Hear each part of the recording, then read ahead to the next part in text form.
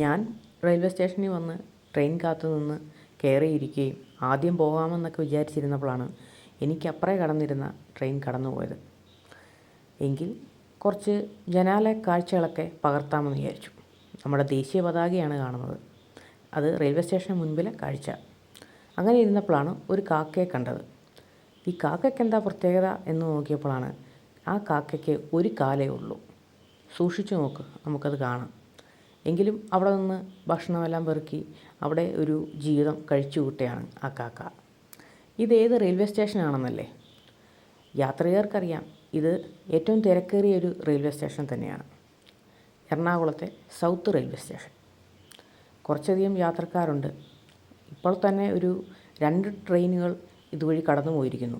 എന്നിട്ടും ഒരുപാട് ആളുകൾ യാത്ര ചെയ്യുവാനായി അവിടെ വന്ന് എത്തിച്ചേർന്നിരിക്കുന്നു. അങ്ങനെ യാത്രികരുടെയൊക്കെ ഒരു കാഴ്ചയും ഈ ഒരു ജനാലയിലൂടെ കാണാം.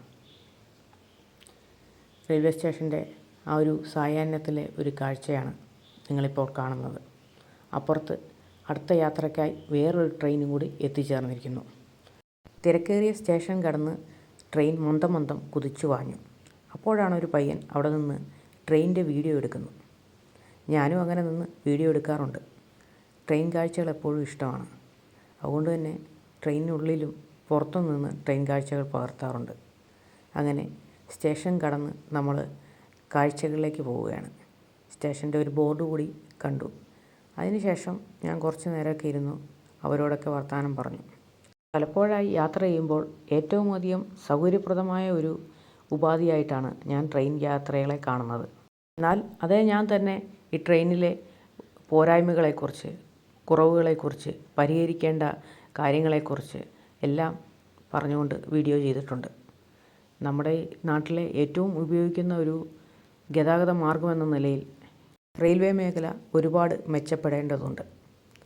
വൃത്തിയുടെ കാര്യത്തിൽ, സമയത്തിൻ്റെ കാര്യത്തിൽ, സ്റ്റേഷനുകളുടെ കാര്യത്തിൽ, കോച്ചുകളുടെ എണ്ണത്തിൻ്റെ കാര്യത്തിൽ, അങ്ങനെ ഒട്ടേറെ ഇതെല്ലാം ചെയ്യുമെന്ന് പ്രതീക്ഷിക്കുന്നു.